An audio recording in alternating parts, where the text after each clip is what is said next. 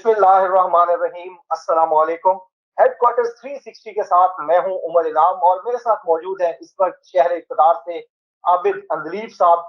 Senior journalist हैं, anchor रहे हैं मुख्तलिफ टीवी चैनल्स के ऊपर, कॉलमिस्ट हैं और बहुत मशहूर यूट्यूबर हैं। बड़ा दबंग अंदाज में अपना तज्जिया देने के लिए मशहूर है।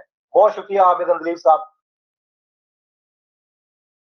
सर, ये जो जनाब पेंडोरा लीक जी पेंडोरा लीक्स आई हैं, इसके बाद हमने देखा कि एक खबर चली जुनैद सफदर के हवाले से कि उनकी भी 5 ऑफशोर कंपनीज हैं। ये खबर एक फेक ग्राफिक बनाया गया पीटीवी के हवाले से।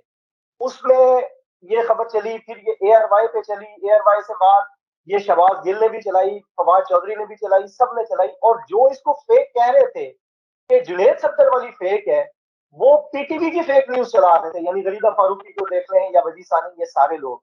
अब मसला ये है कि अगर फेक न्यूज के खिलाफ फवाद चौधरी एक पूरा बिल लाते हैं और एक काम करना चाहते हैं, तो उसको भी नहीं करने दिया जाता, पीएमडीए को नहीं लाने दिया जाता। तो अगर वो फेक न्यूज के खिलाफ काम नहीं होगा, तो पॉलिटिकल पार्टीज और जो जर्नलिस्ट हैं, ये फेक न्यूज से कैसे बच पाएंगे? थैंक यू सो मच इनाम। पहला तो मैं थोड़ा सा एतराज करूंगा कि मैं सीनियर जर्नलिस्ट नहीं हूँ। इस चीज से मुझे एतराज है, बाकी जो आपने चीजें बताई वो ठीक है। जहां तक आपका ये सवाल है कि ये फेक न्यूज का इशू है, तो थोड़ा सा इससे पीछे जाते हैं। आज तक पिछले अगर आप 10 सालों में टीवी का मुकालमा उठाकर देखें तो आपको सबसे ज्यादा जो शोरश या हंगाम नजर आता है वो सिर्फ फेक न्यूज की बुनियाद पे आता है, वो प्रोपेगेंडे की बुनियाद पे आता है। और आप इसको थोड़ा सा लिंक करें अगर शरीफ खानदान के साथ, तो आपको ये बात बहुत आसानी से समझ आएगी कि you been in the courts. ये पाकिस्तान में ये फेक डॉक्यूमेंट्स की, फॉर्जरी की, टिम्पर डॉक्यूमेंट्स की, फेक न्यूज की रवायात किसने डाली? कोर्ट जो सबसे मुकद्दस ईवान होता है, जहां ये कहा जाता है कि आप हलफ पे बात करेंगे, जो आप डॉक्यूमेंट सबमिट करेंगे वो ठीक होंगे, तो इन्होंने तो कोर्ट को भी नहीं बख्शा। सुप्रीम कोर्ट तक इन्होंने जो डॉक्यूमेंट्स दिए वो सबके सब फेक थे। तो जहां तक फेक का ताल्लुक है, तो इन लोगों ने उस फेक को एडजस्ट कर लिया हुआ है अपने करियर के साथ, अपने पॉलिटिकल करियर के साथ, और ये उस फेक बयानिए की बुनियाद पे पूरी पाकिस्तान को गुमराह करते हैं, पाकिस्तान की मीडिया को गुमराह करते हैं, पाकिस्तान की आवाम को गुमराह करते हैं। इनका तो अपना सारे का सारा जाती बयानिया फेक है। अब अपार्ट फ्रॉम योर क्वेश्चन, जो इस आपने बुनियादी बात की कि ये फेक न्यूज के हवाले से एक अथॉरिटी बन रही थी, मुझे बहुत अच्छे से याद है, शायद आप भी उस मीटिंग का हिस्सा थे, फवाद चौधरी के साथ हम मिले। उसमें जो दूसरे लोग थे हुकूमत के, वो सब इस चीज के ऊपर बहुत ज्यादा कंसर्न थे कि पाकिस्तान में एक जो नया रिवाज चल गया है, बहुत आसानी के साथ आप कोई भी डॉक्यूमेंट इधर उधर करके उसके साथ आप खेलना शुरू कर देते हैं, और अल्टीमेटली वो आपका जो सोशल मीडिया है वो आपके इलेक्ट्रॉनिक मीडिया को इफेक्ट करता है, आपके प्रिंट मीडिया को इफेक्ट करता है, और उसकी बुनियाद पे नैरेटिव्स बनते हैं। तो इमरान खान का भी यही मौकफ था कि मेरी गवर्नमेंट चूंकि सबसे ज्यादा फेक बयानिए का शिकार होती है, फेक न्यूज का शिकार होती है, तो इसको काउंटर करने के लिए एटलीस्ट एक अथॉरिटी बन जाए जो उन तमाम जिम्मेदारों का तयन करे और फिर उसके अकॉर्डिंग उनको सजा दी जाए। अब जब ये इसका जो मसवदा था वो तैयार हुआ, इसके ऊपर काम शुरू हुआ, तो सबसे ज्यादा कौन इफेक्ट हुआ? सबसे ज्यादा वही एक माफिया जो पाकिस्तान के अंदर बैठा हुआ है पिछले 10-12 साल से, जिसने लोगों के जहनों को आलूद करके रखा हुआ है, जिसका आपने सारे का सारा नैरेटिव ही फेक है, उसको परेशानी होने लगी कि भाई यहाँ तो आप इनके पिछले 50 ट्वीट उठा के देखें, आपको 15 झूठे नजर आएंगे, 15 में आपको फेक चीजें मिलेंगी। उनको परेशानी लाहक होगी कि भाई हमारा तो सारा कारोबार बंद हो जाएगा, हमारी तो सारी मार्केट बंद हो जाएगी, हमारी दुकान बंद हो जाएगी। तो ये चीज तो हुकूमत बहुत बड़ा हमला कर रही है। हुकूमत फेक बयानियों को रोकना चाह रही है, फेक नैरेटिव्स को रोकना चाह रही है, उनके खिलाफ सजाएं लाना चाह रही है, तो ये हमें कबूल नहीं है। इन लोगों ने एहतजाज शुरू कर दिया, उसको फिलअप कर दिया, प्रोग्राम शुरू हुए, प्रोटेस्ट शुरू हुए, जिस लेवल तक ये जा सकते थे ये गए। इन्होंने उसको लिंक किया कि ये तो हमारी आजादी को सलब कर रहे हैं। अब हुआ क्या, इत्तेफाक आप देखें, इत्तेफाक बहुत अच्छा हुआ कि जो लोग इस अथॉरिटी के खिलाफ बात कर रहे थे, इसको काउंटर करने के लिए जिन्होंने जिद्दोजहद की, वो खुद इसका शिकार हुए। जब वो खुद इसका शिकार हुए तो उन्होंने आसमान सर पे उठा लिया, उनकी तो चीखें निकलना शुरू हो गई। उन्होंने कहा जी ये तो बहुत बड़ा हमला हो गया हमारे ऊपर, ये तो गलत चीज है। भाई ये गलत चीज है, तो गवर्नमेंट इसको काउंटर कर रही थी। कोई भी गलत चीज अगर रियासती सतह पे होती है तो उसको कानून से काउंटर किया जाता है, उसके लिए लॉज बनाए जाते हैं। अब हम जो मुआशरा है, हमें जरूरत है नए कवानीन की। जब हम 21वीं सदी के रुझानात को 18वीं या 20वीं सदी के कवानीन के साथ निपटाएंगे तो बात आगे नहीं चलेगी। मुअज़्ज़ब मुआशरा या मुअज़्ज़ब सियासी जमातें या मीडिया के लोग कवानीन बनाने में मदद करते हैं रियासत की। ये कहीं भी नहीं होता कि रियासत अगर कानून बनाना चाह रही है, कानून किस लिए बनते हैं? कानून समाज की बेहतरी के लिए बनते हैं, कानून इंसानों के इर्तिका के लिए बनते हैं। और फिर ये तो आपको पता है, एक अंबार लगा हुआ एक वहशत बपा है, सुबह से शाम तक हम देखते हैं किस तरह से क्या हो जाता है चंद लम्हों में। सोशल मीडिया इतना ताकतवर हथियार बन चुका हुआ है, पूरी दुनिया में इसके कवानीन मौजूद हैं सिवाय पाकिस्तान के।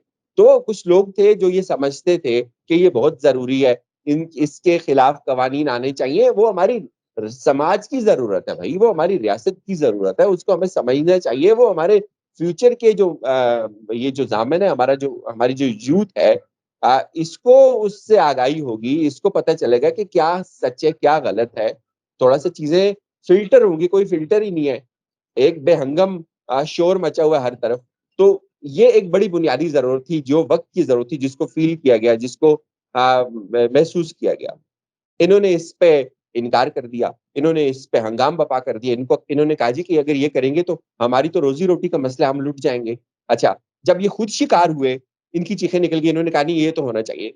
अभी भी आप देखें 700 पाकिस्तानियों के नाम आए, 700 पाकिस्तानियों ने इतनी अटेंशन हासिल नहीं की जितने मरियम सफदर के बेटे ने और उसकी एक फेक ट्वीट ने हासिल की। ये अलमिया ये हमारा जो बयानी है उसका अलमी है। ये हमारी नजरियाती तश्कील का अलमी है कि लोग जो हकायक हैं वो किस तरह एक तरफ रह जाते हैं।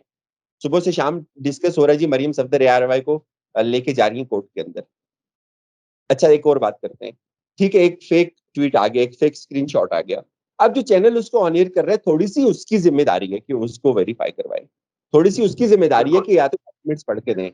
वो आप जो खबर दे रहे हैं टीवी पे, एक देखें फेक, अगर एक ट्विटर हैंडल से एक चीज आगे जाती है तो वो आग की तरह फैल जाती है, उसका कोई काउंटर नहीं है। बहुत कम लोग अभी ऐसे कुछ अकाउंट्स हैं ट्विटर पे जो कहते हैं यार ये फेक न्यूज अलर्ट है, तो वो कर देते हैं, उसका रिवर्टल आ जाता है। अदरवाइज आता ही नहीं है, वो एक फैलती है तो फैलती चली जाती है। इसको मैं सिर्फ मरियम सफदर साहिबा के तनाजर में नहीं देख रहा, ओवरऑल ये एक अलमी है। अच्छा, चैनल ने भी उसको वेरीफाई नहीं किया, वो ऑन हो गई। ठीक है, चैनल ने उसको वापस ले लिया, वो सारा मामला सेटल हो गया। मरियम साहिबा को तकलीफ किस बात पे हुई? उनकी उनकी अपनी रग दुखने लगी उनके अपने बेटे का। अब वो सियासी जमात की सरबराह, वो इस जरूरत को कभी महसूस नहीं करेंगी कि ये आज उनके साथ हुआ, कल किसी और के साथ नहीं होना चाहिए। मैं ये एक्सपेक्ट करता हूं कि उनको इसके बाद रियासत से ये अपील करनी चाहिए कि लॉज बनाए जाएं ताकि सब लोग इससे प्रोटेक्ट हो सकें, सबकी इज्जतें महफूज हो सकें। यहाँ बात सिर्फ मरियम साहिबा की नहीं है, पाकिस्तानी समाज का हर बंदा वल्नरेबल है, वो कहीं ना कहीं से इफेक्ट हो सकता है। तो ये एक क्राइसिस है, इसको डील करना मेरे ख्याल में बहुत जरूरी है। बिल्कुल सही है। आबिद वलीद साहब, ये जो सबसे ज्यादा तनकीद होती है सियासतदानों के ऊपर, होनी भी चाहिए, या जिनकी भी ऑफशोर कंपनीज हैं, जर्नलों की हैं, जिसकी हैं, सब पे तनकीद होनी चाहिए, सब टकरा एहतसाब होना चाहिए। लेकिन जब आप शीशे के घर में बैठकर दूसरों के ऊपर पत्थर उनको मारेंगे और उनके ऊपर कीचड़ उछालेंगे, तो आपका अपना भी तो उस वक्त साफ होना चाहिए, आपका अपना जो इमेज है। अब ये जो मीडिया में सबसे ज्यादा तूफान मचाया जा रहा है, सबसे ज्यादा डिस्कस जनाब हमारा मीडिया कर रहा है। अब जो पनामा के बाद ये जो पेंडोरा की अब लीक सामने आई है, इसमें डॉन न्यूज वाले अमीर हारून साहब की भी ऑफशोर कंपनी है, मीर शकील और रहमान की भी ऑफशोर कंपनी है, एक्सप्रेस वाले सुल्तान लाखानी की है, शुएब शेख मोल वाले हैं उनकी है, GNN वालों की ऑफशोर कंपनी है जो गोरमे ग्रुप है। तो ये सारा, यानी ये सारे जो सेठ है, ये मीडिया मालकान है, इनकी तो अपनी, अलीम खान की देख लें, वो अब उन्होंने टेक ओवर किया समा न्यूज को। तो ये कैसे, यानी जिनकी अपनी चीजें उसी के अंदर है, तो वो कैसे दूसरों को भाषण दे सकते हैं या दूसरों की तस्हीह करवाने के लिए प्रोग्राम कर सकते हैं? क्या कहेंगे? Umar, this is not only about the offshore companies. मैंने जो पाकिस्तान की मीडिया कल्चर को स्टडी किया, तो मुझे ये बात बहुत आसानी से समझ आ गई कि जितने मीडिया चैनल हैं, ये जो इनके ऑनर्स हैं, इनके बहुत ज्यादा बिजनेसेस हैं।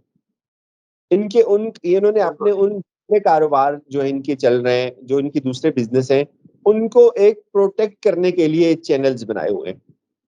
मैक्सिमम चैनल्स अगर आप उठा के देखें उनके ऑनर्स के आपको बड़े बड़े बिजनेस मिलेंगे। कोई भी चैनल सवाब कमाने के लिए, जर्नलिज्म के लिए नहीं बना हुआ, वो कमर्शियल के लिए बना हुआ है।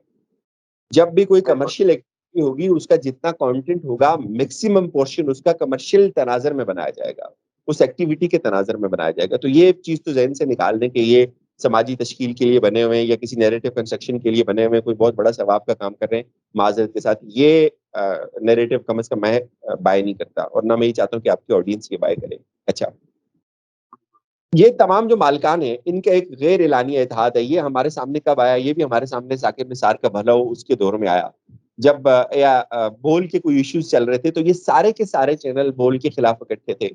इन्होंने तबाह बर्बाद कर दिया, बोल को उठने ही नहीं दिया। इनके सामने सैकड़ों लोगों का, हजारों लोगों का उसके साथ रिस्क वाबस्ता था। वो चीखते थे बोल वाले आके, भाई इनके एक कल्ट बना हुआ है, इन्होंने हमें बहुत ज्यादा सप्रेस किया हुआ है, हमें ये हमारे लाइसेंस के इशू है, हमारे बहुत सारे दूसरे इश्यूज हैं, इन्होंने उसको नहीं आने दिया। तो ये इनका तो एक इत्तेहाद बना हुआ है। ये इनकी इनकी जो बिजनेस एम्पायर है, उसको प्रोटेक्ट करने के लिए ये किसी हद तक भी जा सकते हैं। और फिर जो चैनल का ऑनर अपने किसी एंकर को 50 लाख, 20-30 लाख सैलरी दे रहा है, तो वो ऐसे ही तो नहीं दे रहा।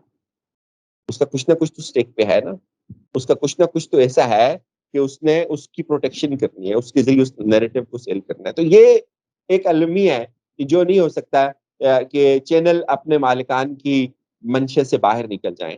ये कभी भी नहीं हो सकता। वो उससे बाहर नहीं निकल सकते। उनकी यहाँ ये जॉब का कॉन्सेप्ट है, उनकी जॉब चल रही है।